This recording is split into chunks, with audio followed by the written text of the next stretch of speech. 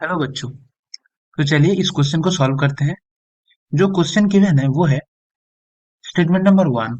If two long wires hanging freely are connected to a battery in series, they come closer to each other.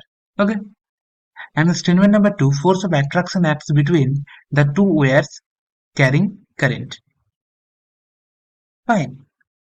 तो ये जो question है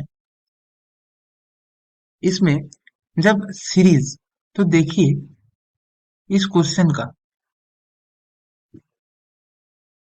जो की concept है वो है कि कॉन्सेप्ट जो है वो है राइट हैंड रूल। फाइन।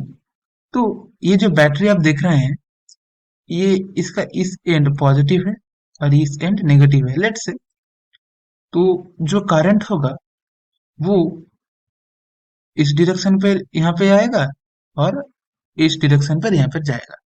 फिर से आई आई। ओके।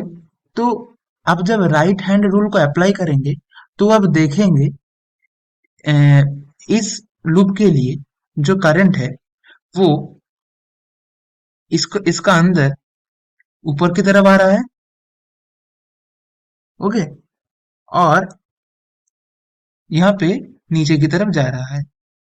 तो जब आप इसमें ये जो ये वायर में आप एक छोटा सा सेगमेंट कंसिडर करेंगे, तो जब आप अ, ये जो मैग्नेटिक फील्ड है इसको रखकर आप जब राइट हैंड रूल अप्लाई करेंगे तो आप देखेंगे क्या कि जो फोर्स है वो इस तरफ लग रहा है। ओके। फोर्स है इस तरफ लग रहा है। तो अब इस सेगमेंट का जब करंट यहाँ इस तरफ जा रहा है तो इसके लिए इस सेगमेंट के लिए जो बी है मतलब मैग्नेटिक फील्ड है वो वो ऊपर की तरफ आ रहा है। और जब आप इसका वजह से तैयार हुआ जो मैग्नेटिक फील्ड को आप लेंगे और इसका एक छोटा सा सेगमेंट आप जब कंसीडर करेंगे तो आप देखेंगे कि जो मैग्नेटिक फोर्स है वो इस तरफ आ रहा है। तो actually repulsion is created here. Repulsion is created here. तो एक्चुअली ये जो है तो वो क्लोजर नहीं आएगा कभी कभी भी, वो होगा रिपल होगा। तो जो स्टेटमेंट नंबर वन है वो ट्रू होगा।